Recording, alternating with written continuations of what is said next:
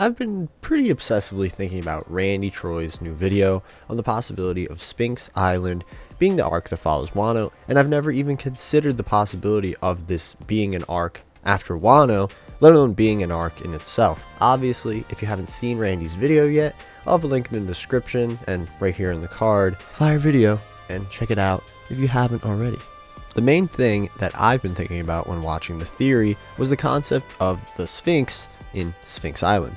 We all know that Oda uses mythology and folklore of many different cultures in One Piece. Egyptian mythology is super present throughout Alabasta. We all assume Norse mythology will be really present in Elbas, with Loki literally being the leader of it, and an insane amount of Japanese mythology and folklore is present in Wano. Now, I believe that the name Sphinx has to mean something more, not just for the arc itself, but because of what exactly the Sphinx represents in mythos. And not just in Egyptian mythology, but also Greek mythology. The Sphinx is usually indicative of Egyptian culture, but the legend surrounding the Sphinx and its riddles gained massive notoriety through the story of Oedipus. For those that don't know what the riddle of the Sphinx is, I'll just read it aloud. What goes on 4 legs in the morning, 2 legs in the afternoon, and 3 legs in the evening? What I'm getting at is that this role of the Sphinx was a guardian, blocking Oedipus' progress on his journey to Thebes. Now, I feel as though this has already been hinted at with the way that Nekomamushi had to enter the island at the beginning of the Wano arc, which was through a hidden doorway behind a waterfall.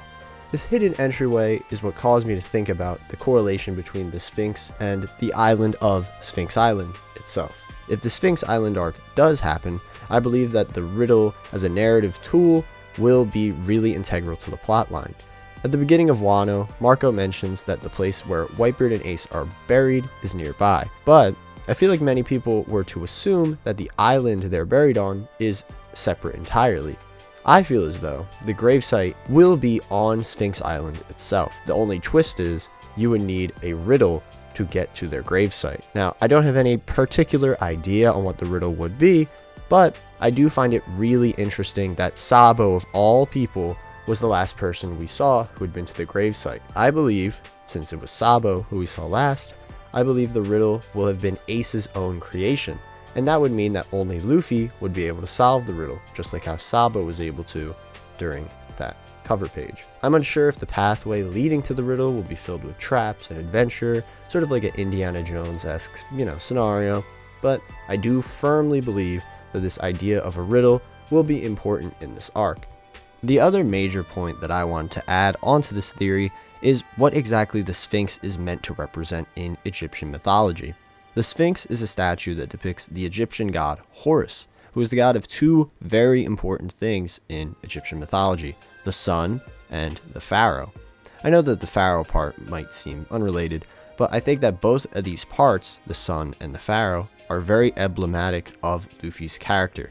The sun has had tons of symbolism in One Piece, whether it has been Luffy being the man who will bring the dawn of the world, sun god Nika, but what is it about the pharaoh that I think relates to Luffy?